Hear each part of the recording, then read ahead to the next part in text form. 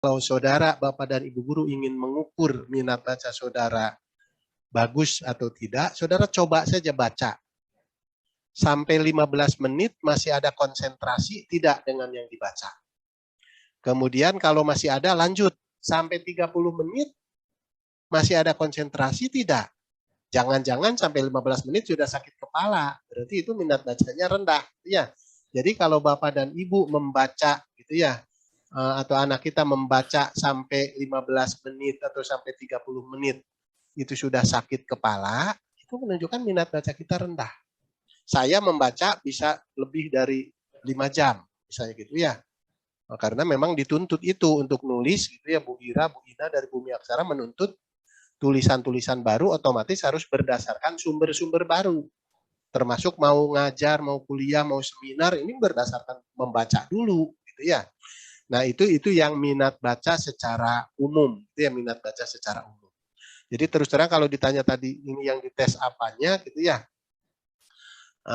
saya tidak tahu persis gitu ya alat-alat tes yang digunakan. Nah, saya hanya mengambil data bahwa minat baca siswa kita rendah dari hasil tes di dalam PISA itu, gitu ya. Tapi apapun gitu ya, kalau misalnya kita meragukan, tinggal dites aja anak-anak kita. Ya konsentrasi tidak, gitu ya konsentrasi tidak ketika membaca, gitu ya. Jadi bisa konsentrasi sampai berapa menit. Gitu ya minat baca yang bagus, nah, itu harus melewati konsentrasi dalam waktu 30 menit. Nah, makanya menyikapi masalah minat baca ini, gitu ya.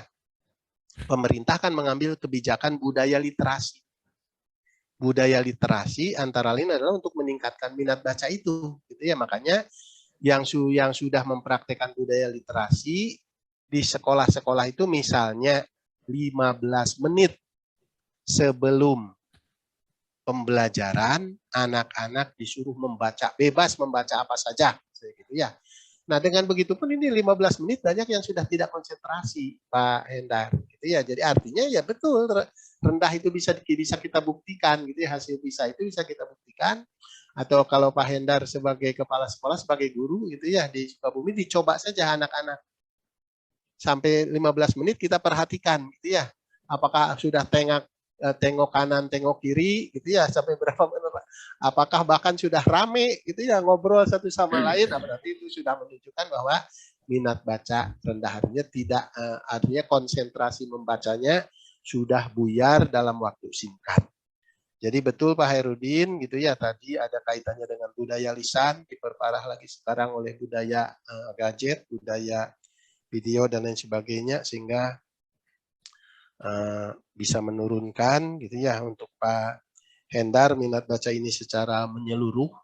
Tapi bagaimanapun ya kita harus tertantang oleh bagi para guru dan kepala sekolah serta para pengawas untuk meningkatkan minat baca ini dengan cara membiasakan budaya baca di sekolah, gitu ya, budaya literasi di sekolah, antara lain gitu ya dimulai dengan pembelajaran di pagi hari atau mulai dengan pendidikan secara keseluruhan dengan membaca dulu minimal 15 menit. Kalau sudah bagus di 15 menit tingkatkan gitu ya menjadi 20, menjadi 30 dan selanjutnya bisa sampai 1 jam membaca. Boleh membaca dari kanan ke kiri gitu ya, boleh membaca dari kiri ke kanan. Pokoknya yang penting membaca gitu ya. Jadi boleh dari kiri ke kanan, dari kanan ke kiri agar tidak bodoh siswa kita. Bodoh itu obatnya, ada obatnya gitu ya. Jadi siswa yang BODO, obatnya itu dibalik. Obatnya bodoh itu adalah odob.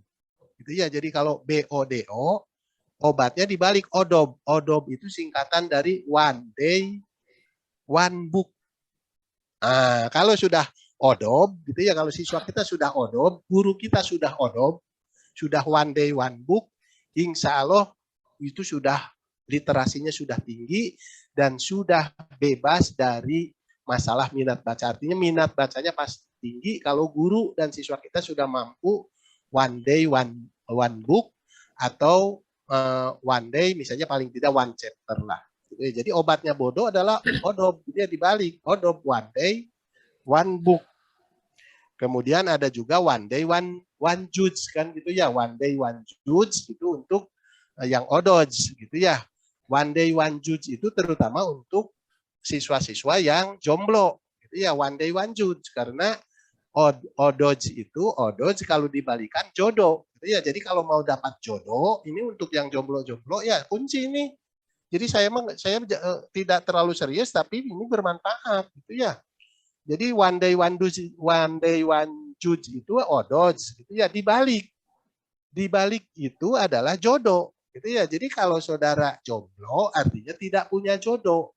Kalau tidak punya jodoh berdoa kepada Sang Pencipta dengan membaca one day one judge, insya Allah gitu ya. Kalau sudah one day one judge gitu ya, insya Allah bebas dari penyakit jomblo gitu ya, penyakit jomblo karena tadi one day one judge kalau dibalik jadi jodoh gitu ya, one day odoj kan, odoj one day one judge balikan dapat jodoh insya Allah ya. Jadi silahkan praktekan one day one book dan one day one judge, insya Allah saudara akan bebas dari penyakit bodoh dan bebas dari penyakit jomblo. Itu rahasia dari saya ya, apa amalan yang cukup rahasia. Kemudian yang kedua dari Bu Yuni ya, pendaftaran guru penggerak, menjadi guru penggerak atau fasilitator guru penggerak. Ya, sesuai dengan kondisi saudara. Kalau saudara sudah menjadi guru penggerak, daftarlah menjadi fasilitator guru penggerak. Jadi fasilitator guru penggerak itu adalah yang memfasilitasi nantinya yang menggerakkan guru-guru yang lain.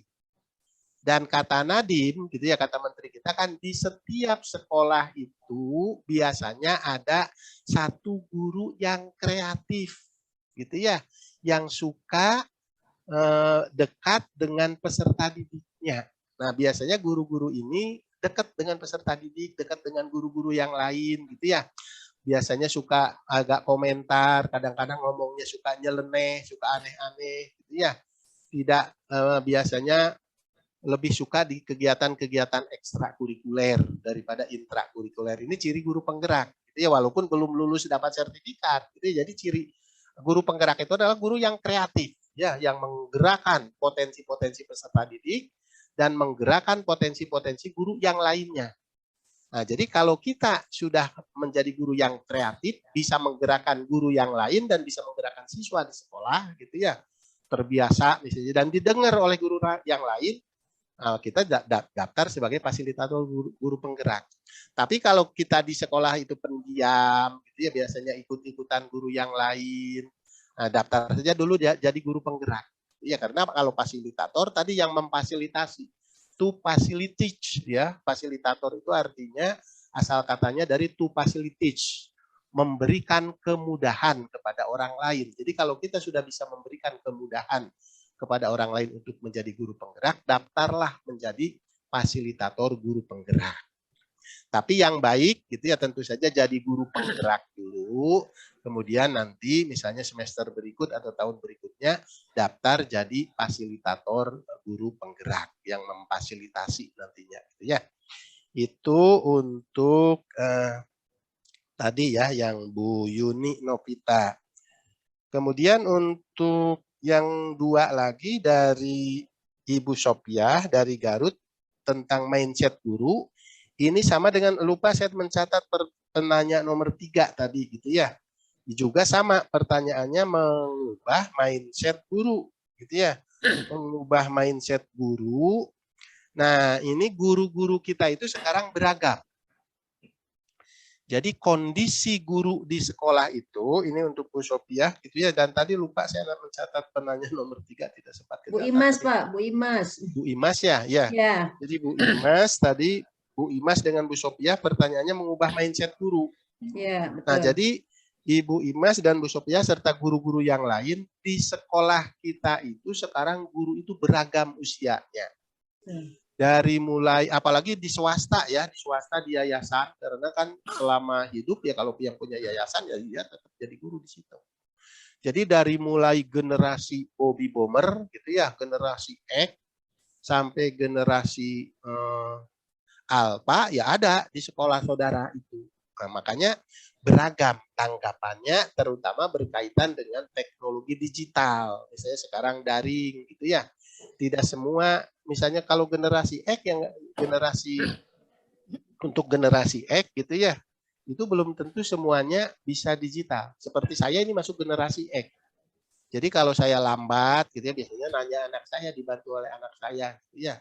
Tidak apa-apa. Gitu ya, di sekolah juga kita bisa minta bantuan. Jadi jangan sampai frustasi. Karena memang perangkat gitu ya, perangkat manusia untuk generasi X memang tidak disiapkan untuk hidup dengan teknologi gitu ya. Kita dulu kan zaman sonda, zaman gatrik, zaman gitu kalau di Sunda gitu ya. Jadi yang langsung luring, nah sekarang di hadapan kepada daring ya alhamdulillah gitu ya, untuk generasi X ini mengalami semua usia. Nah, lantas bagaimana menghadapi generasi X ini? Kita lihat saja potensinya. Yang penting tetap harus menjaga kebersamaan di sekolah. Jadi jangan karena teknologi itu kan alat saja. Ya, teknologi itu alat, teknologi itu adalah sarana.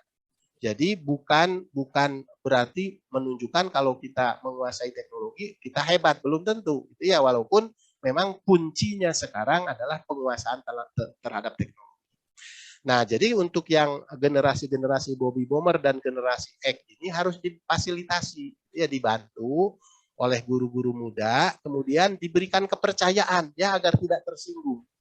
Jadi diberikan kepercayaan gitu ya, didampingi dan lain sebagainya, karena boleh jadi pemikirannya tetap memiliki pemikiran yang baik. Nah, sebab kalau diabaikan, artinya dilewat saja, itulah biarin aja lah, dari bapak itu mah atau dari ibu itu mah nggak ngerti teknologi misalnya gitu ya, biarin saja, nggak usah diberi jadwal, ini malah nanti jadi masalah. Nah, jadi masalah nanti akan mengganggu jalannya pembelajaran, bahkan sistem pendidikan di sekolah. Makanya harus dirangkul gitu ya. Jadi kalau Bapak dan Ibu guru sebagai kepala sekolah, ya guru-guru yang sudah senior itu dirangkul, dia dirangkul kemudian didampingi.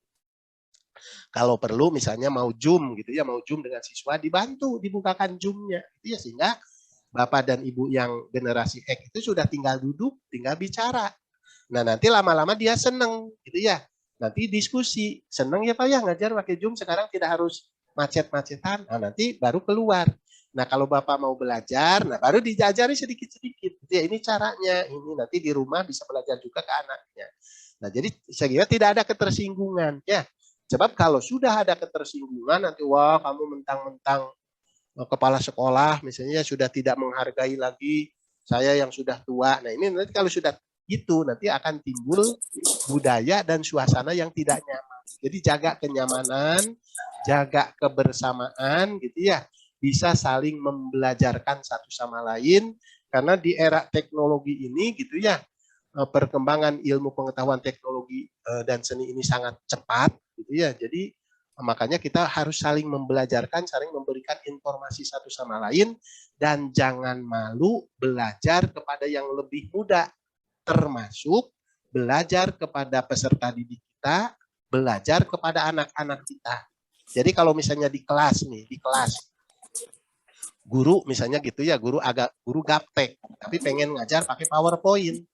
Ya budahnya terus terang aja kepada anak-anak dan saya mah nggak bisa teknologi gitu ya, jadi tolong. Jadi sekarang generasinya nggak malu, dan anak-anak juga sudah pada paham gitu ya, bahwa memang apalagi generasi Y gitu ya, kemudian generasi Alpha, mereka sudah pada paham bahwa memang teknologi itu adalah generasinya mereka gitu ya. Jadi tidak usah malu, tolong tolong ya ini ya, siapa yang bisa, yang paham, tolong disiapkan PowerPoint Bapak, ini ada di laptop ya, Bapak mau ngajar, programnya ada di sini. Udah gitu saja. Jadi lebih baik terbuka gitu ya. Jadi jangan menutup diri seperti orang hebat tapi nanti malah ketahuan juga gitu ya. Jadi lebih baik terbuka gitu ya, buka kerjasama yang baik, sadarkan seluruh warga sekolah bahwa di dalam era teknologi ini memang setiap orang punya kelebihan dan kekurangannya.